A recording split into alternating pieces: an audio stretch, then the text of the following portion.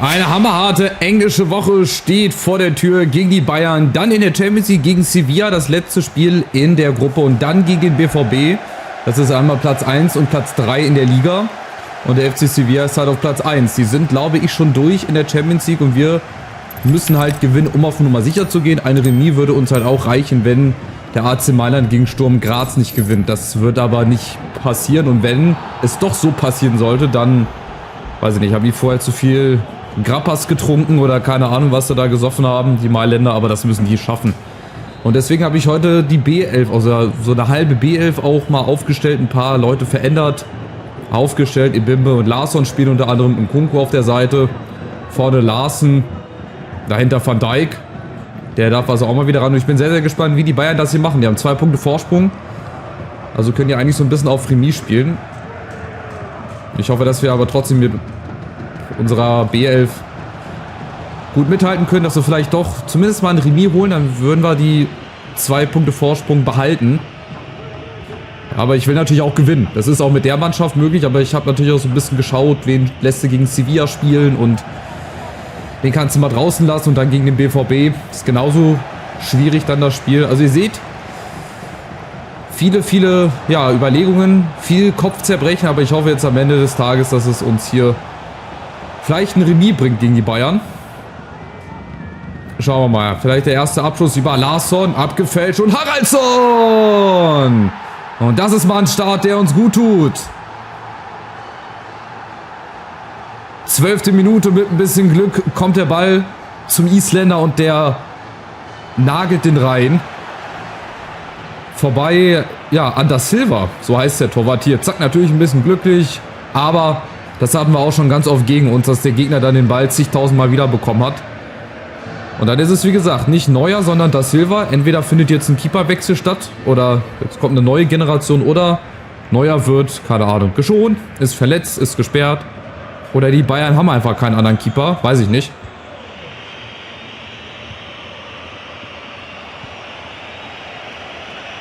So, genau so ein Spielverlauf, der ist ideal. Führung nach einer Viertelstunde. Die Bayern sind noch nicht so drinne, Gott sei Dank im Spiel, aber was nicht ist, das wird ja noch höchstwahrscheinlich. Oder auch nicht, je nachdem, wie wir jetzt hier spielen. Aber die Bayern sind da, weil wir sie einladen. Kane, aber es gibt Abschluss, da war Musiala zuletzt dran, jawohl. Das ist, wie gesagt, eine ganz entscheidende Woche. Wenn wir die hier halbwegs gut überstehen, dann haben wir auch den Monat fast gut überstanden. Dann sind wir in der Champions League weiter. Sind in der Liga Tabellenführer. Ja, also zumindest wenn wir das Spiel heute gewinnen, sind wir vorübergehend erstmal Tabellenführer. Dann müssen wir es gegen den BVB nur noch bestätigen. Und dann ist das eine richtig gute Hinrunde. Dann haben wir unsere Ziele bislang sehr gut erreicht. Gibt es jetzt aber die gelbe Karte. Wollte ich gerade sagen, Sané. Wer hat denn letzte Saison hier rot bekommen? War das Kingsley Coman? Der ist auch ganz aggressiv reingegangen. Also generell, guckt ihr das mal an, wie der da reinspringt. Also da ist er gut bedient mit Gelb. Da kann Mamouche schon reden, dass er keine Watschen bekommen hat. Frag mal bei ihm Vene nach. So, wir versuchen mal was kurz auszuführen. Koch, Van Dijk und da läuft Larsson wieder durch. Larsson allein gegen alle und da kommt Ebimbe. Ja, schöner Schuss, schöner Abschluss. Und Da Silva hat momentan mehr zu tun, als ihm wahrscheinlich lieb ist. Aber da kann ich leider keine Rücksicht drauf nehmen. Wir müssen weitermachen. Larsen.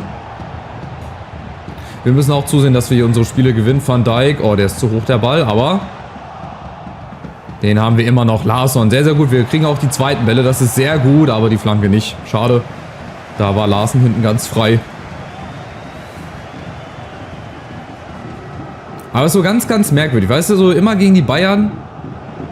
Da kommen dann solche bislang herausragenden Spiele bei raus. Da kannst du vorher noch so viel Scheiße gespielt haben gegen irgendwelche Mannschaften, die unten drin stehen, gegen die Bayern. Da klappt es irgendwie immer, weil auch deren System uns so ein bisschen entgegenkommt und Spielweise.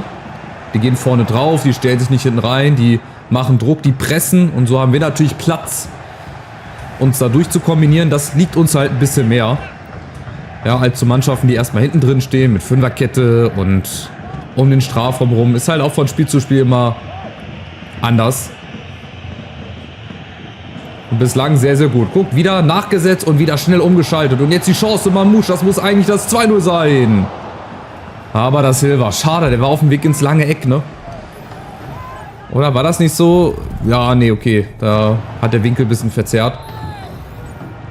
Aber auch da wieder gute Chance. Weitermachen. Nächste Chance. Haraldsson. Diesmal eine etwas andere Variante. Larsson. Hier rauscht ein Ball nach dem anderen über das Bayern-Tor. Wenn wir die Leistung auch in Sevilla bringen, dann auch wieder mit Boniface, mit Martin, mit Samu Chukwueze, dann sind wir auch in Sevilla definitiv nicht chancenlos, aber die werden, glaube ich, ein bisschen anders auftreten als die Bayern oder vielleicht mit der B11 spielen, keine Ahnung, weil die sind ja schon sicher durch. Larsen, nächste Chance und der Rebound. Fratesi kriegt den nicht untergebracht. Ich muss auch gleich mal gucken, ob die irgendeinen Ersatzkeeper auf der Bank haben oder ob das Silva jetzt halt wirklich ihr neuer ist. Stammkeeper. Kann ich irgendwie nicht ganz so glauben. Naja, aber wir gucken mal. Nkunku. Ja, nee, gibt eher den Freischuss für die Bayern. Und Harry Kane von da hinten, ne? Weißt du, anstatt der vorne drin ist. Bei Jetik weiß nicht wohin und die Bayern, ey, das ist überraschend schwach. Also da fragt man sich, wie sind die momentan Tabellenführer? Die spielen überhaupt nicht souverän, so wie ein Tabellenführer, ja. Ist aber auch immer in den Spielen gegen uns, warum auch immer. Aber sie kommen über Shaw. Heißt ja nicht, dass die Bayern nicht auch nochmal 1, 2 Gänge zulegen können, aber bitte nicht so extrem. Koman mit der ersten Chance, ja, und Kanisici. So sind es halt die Bayern. Die kannst du das ganze Spiel über lang nicht sehen und dann einmal vor der Pause hauen sie dir fast das Ding rein, aber wir machen direkt weiter hier. Zack, da wird wieder ein Verteidiger rausgerückt. Und dann haben wir Platz über Haraldsson, über Larsen. Oh, ist eine gute Flanke, aber ja, nicht Fisch, nicht Fleisch. Also es war gut, aber ein bisschen präziser, ein bisschen mehr Schärfe. Und dann machen wir auch noch ein zweites und vielleicht sogar ein drittes Ding. Jetzt haben wir erstmal 1 gemacht, das ist gut. Heißt also, Stand jetzt sind wir Tabellenführer. Macht nochmal ein paar Erinnerungsfotos. Genau, so jung kommen wir auch nicht mehr zusammen. Und dann, wie gesagt, das ist wirklich, wirklich schwach. Ich muss jetzt mal gucken, wie die Bayern spielen, ey. 8:2 Schüsse, das ist ja fast schon wieder hier eine Demütigung. Also, wer ist denn bei den Bayern noch so alles auf der Reservebank? Lawrence zum Beispiel. 71er Innenverteidiger, ich verstehe das gar nicht. Ronald Araujo, dann haben wir, okay, Raul da Silva, das ist eine 84, ist so ein Nachwuchskeeper-Talent. Aber ist auch krass, ey. Guck mal, Leimer, es ist eigentlich keine schlechte Truppe. Warum spielte Josip Stanisic Innenverteidiger und nicht Araujo? Naja, müssen die wissen. Dann haben sie noch Müller auf der Bank. Gut, der hat jetzt mittlerweile auch eine 80. Klar, geht auch nach unten, je älter sie werden. Dann haben sie Berenguer, okay, Lian King, altbekannter, Lužek, Gnabry, Reguilón und Diego Costa. Das ist wahrscheinlich ein Ersatzkeeper, würde ich schätzen. Ja gut, die Bank ist jetzt halt auch nicht schlecht besetzt, aber halt auch nicht so mit den absoluten Krachern. Aber auf keinen Fall schlecht. Also von daher ist das schon hier die beste Elf wahrscheinlich, die spielt. Bis auf das halt Araujo nicht in der Innenverteidigung spielt, sondern Stanisic. Da hätte ich dann doch eher den Wechsel gemacht oder den Wechsel erwartet. Egal. Sollen uns gar nicht jucken. Wir machen einfach so weiter. Wir müssen aufs Zweite gehen. Dringend, weil ansonsten wisst ihr ja, wie solche Spiele hier laufen. Und wir sind schon wieder vorne, weil wir den Platz haben. Ebimbe, lässt sich mal einer fallen. Ja, kommt die Flanke, Mamouche. Die Dinger müssen wir halt zu Ende gespielt kriegen. Da müssen wir halt auch einfach mal den Ball zur Not aufs Tor schießen oder irgendwie uns mal durchdribbeln. Oh, jetzt kommen nämlich die Bayern. Harry Kane. Oh, Kanisici ist da. Oh, kriegt den aber nicht ganz. Das ist es. Genau das ist es. Ey, die kommen dann einmal vors Tor. Wir machen hinten einmal einen Fehler. Aber es ist gut gegangen. So über Umwege. Van Dijk. Ja, abseits. Schade. Ja, aber guck mal, wie die Bayern nicht hingehen. Auch wieder ein bisschen Zeit von der Uhr. Das waren auch locker 1, 2 Ingame-Minuten da. Pass auf, die Fahne. Schön einmal durch den Brustkorb durchgegangen. Ja, okay, klar, dass das 10 Meter abseits waren. Aber die pfeifen halt nicht, ne? Die pfeifen so lange nicht, bis du nicht aktiv hingehst. Und das bringt halt auch ein bisschen Zeit. Nimmt ein bisschen Zeit von der Uhr. So, die Bayern kommen über Kimmich, über Coman.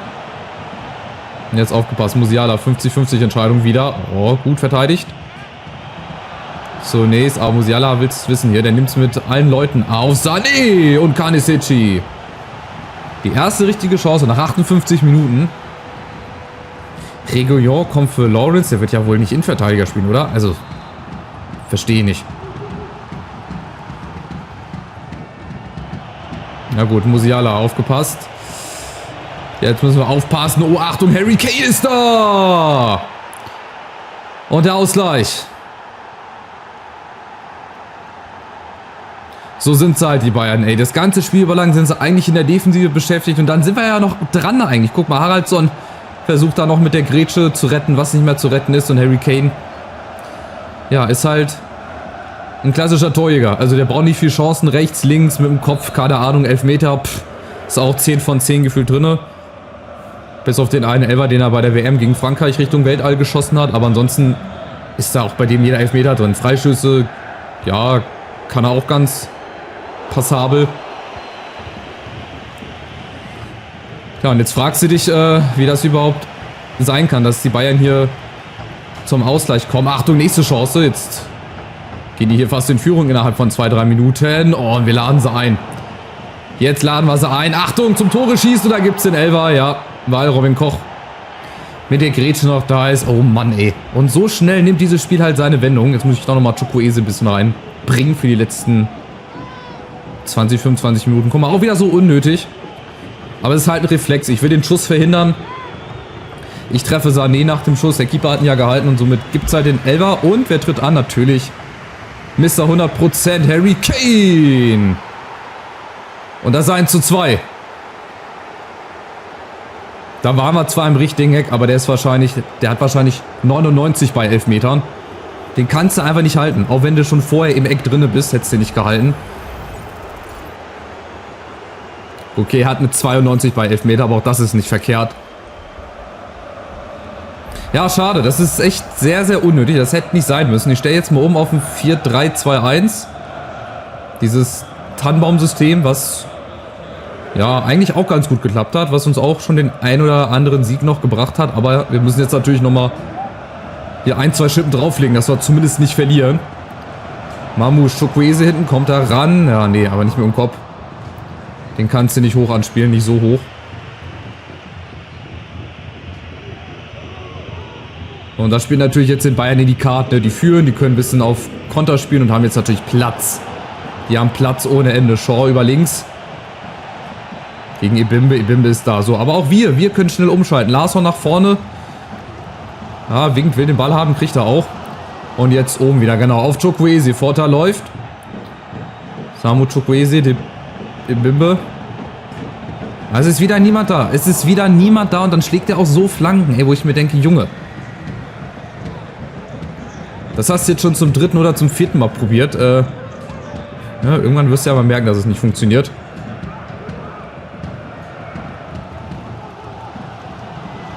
Aber weitermachen. Wir haben jetzt viel Präsenz vorne im Strafraum. Da wäre Van Dijk gegen Mamouche quasi durch gewesen. Jetzt Achtung, der Silva. Ja, bringt den an. Komm, den muss die Bimbe gewinnen. Den muss er haben. Ja, per Fallrückzieher, aber nicht zum Gegner. Dann kommt das halt auch noch mit dazu. So, Musiala, aufgepasst. Sané, oh, der ist durch und das ist das 3-1. Nein, Pacho ist da. Ich hätte fest damit gerechnet, dass der reingeht. Aber ich muss aber auch meine Defensive hier vertrauen. So, und ich vertraue jetzt auch mal auf Chukwueze. Ja, wäre auch wieder abseits gewesen. Larsen setzt aber nach. Sehr schön, jetzt allein gegen alle. Larsen muss er alleine machen, oder? Läuft Chukwueze mit? Oh, aber der läuft nicht richtig durch.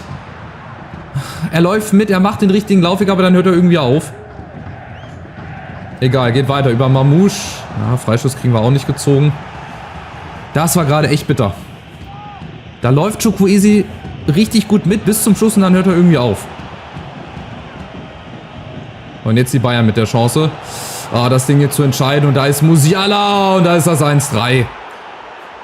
Ja, Game Over.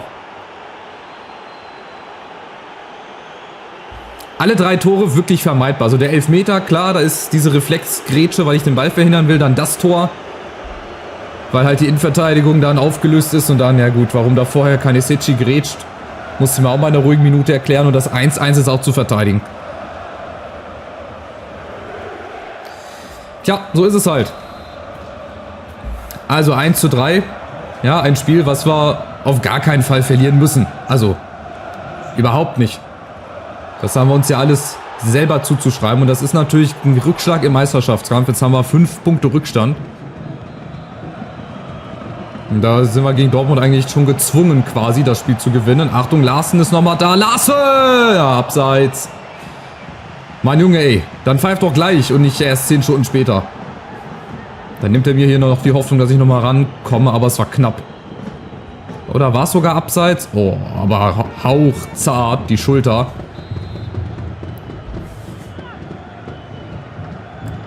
Ja, schade. Wenn der gezählt hätte, dann hätten wir nochmal 5 Minuten gehabt. Ich habe ja auch schon Spiele in weniger Minuten gedreht. Vielleicht ist ja das Spiel noch nicht ganz vorbei. Aber wenn Larsen den da oben halt nicht schnell genug hinbekommt, das kommt dann leider auch mit dazu. Wenn wir einfach zu lange brauchen. Oh, und die Bayern, was ist das denn? Auflösungserscheinungen, Kunku. Da ist ja halt überhaupt niemand mehr hinten. So, jetzt nochmal Van Dijk vielleicht die Chance. Ja gut, aufs 3-2, was uns jetzt wirklich nichts mehr bringen würde. Naja, schade. Also ein sehr, sehr merkwürdiges Spiel. Merkwürdige zweite Halbzeit. Eine Niederlage, die absolut vermeidbar war. Ist natürlich schade, so direkt vor dem Sevilla-Spiel. Aber gut, wir machen weiter.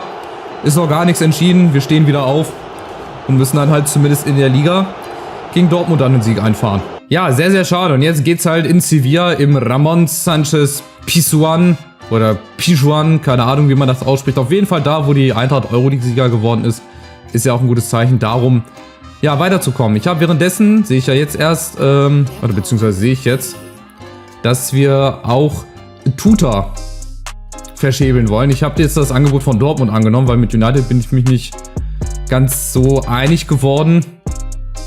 Ist natürlich jetzt schade, direkt zu einem Liga-Konkurrenten. Ich habe versucht, einen Spielertausch irgendwie zu machen, aber das hat irgendwie nicht so ganz funktioniert. Aber wenn ich Tuta halt abgebe, dann muss ich mir noch irgendeinen, ich glaube, fürs Mittelfeld holen. Innenverteidiger sind wir ja gut besetzt. Da haben wir ja Nagalo und Amenda. Fürs zentrale oder fürs defensive Mittelfeld oder vielleicht nochmal besseren Linksverteidiger, weiß ich nicht. Wir müssen uns auf jeden Fall ein bisschen breiter aufstellen noch. Ja, das ist die Ausgangslage. Also AC Mailand gegen Sturm Graz. Wir gehen davon aus, dass die gewinnen. Da müssen wir auch gewinnen, weil ein Punkt reicht nicht. Es zählt der direkte Vergleich und den haben wir halt gegenüber dem AC Mailand verloren. Genau, also ein Sieg. Ich weiß gar nicht, wie ist das Heimspiel ausgegangen. Wären wir dann sogar Gruppensieger? 3:4. Okay, je nachdem, wie wir spielen. Wenn wir mit 2 Toren Unterschied gewinnen, haben wir auch den direkten Vergleich gewonnen mit Sevilla. Und werden dann noch Gruppenerste. Also, ganz einfache Rechnung. Ein Sieg gegen Sevilla und dann sind wir im Achtelfinale. Wenn ihr das nicht verpassen wollt, lasst einen Daumen nach oben da. Gerne auch ein kostenloses Abo und dann sehen wir uns im nächsten Part wieder. Macht's gut. Ciao, ciao.